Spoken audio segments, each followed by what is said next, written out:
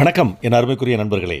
முதலமைச்சர் காமராஜர் அவர்கள் ஒரு சமயம் ஒரு காங்கிரஸ் மாநாட்டில் கலந்து கொண்டு மாநாடு முடிந்ததும் வந்து கொண்டிருந்தார். அப்பொழுது வழிநெடுக அவருக்கு மாலைகளை அணிவித்து மக்கள் மகிழ்ந்தார்கள். தன் ஜீப்பில் நின்றபடி மக்களை பார்த்து கைகூப்பியபடி சென்றார் முதல்வர் காமராஜர். ஒரு இடத்தில் ஜீப்பை நிறுத்தச் சொன்னார். ஜீப்பு நின்றது.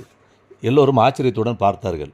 சற்று தூரத்தில் கையை கூப்பியபடி கையில் மல்லிகை சரத்துடன் நின்றிருந்த முதியவரை அழைத்து வரச் சொன்னார் காமராஜர். அந்த பெரியவரை ஜீப் அருகே அழைத்து வர காமராஜர் அன்புடன் அவர் கையை பற்றி, என்னையா நல்லா இருக்கீங்களான்னு, உங்களை பார்த்து எத்தனை வருஷமாகுது, உங்களுக்கு ஏதாவது தேவைன்னா சொல்லுங்கள், செஞ்சு தரேன், எனக்கு வேற ஒரு இடத்துக்கு போக வேண்டியது இருக்குது, வரட்டுங்களா என்று காமராஜர் அன்புலக அந்த மாலையை அவர் கழுத்தில் இட்டு அவரை பெருமைப்படுத்திவிட்டு நகர்ந்தார். பக்கத்தில் இருந்தவர்கள், இவர் யாருங்கய்யா என்று கேட்டார்கள். அதற்கு ஐயா காமராஜர் சொன்னார், அவரா சுதந்திர போராட்ட தியாகி, என்னோட சிறையில் இருந்தவர், உத்தமமான மனுஷன், என்னை பார்க்க 10 மைலுக்கு அந்த பக்கத்திலிருந்து வந்திருக்கார். இவரை மாதிரி ஊர் பேர் தெரியாதவங்களால் தான் நாடு இன்றைக்கி விடுதலை அடைந்து நிம்மதியாக நம்ம இருக்கிறோம்.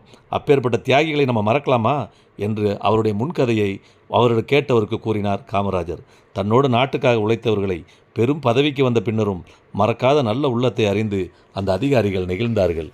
வாழ்க காமராஜர். எந்த சூழ்நிலையிலும் நாடையும் நாட்டு மக்களை பற்றியுமே யோசித்தார் பெருந்தலைவர் காமராஜர். வாழ்க காமராஜர், வளர்க அவருடைய பெருந்தொண்டு.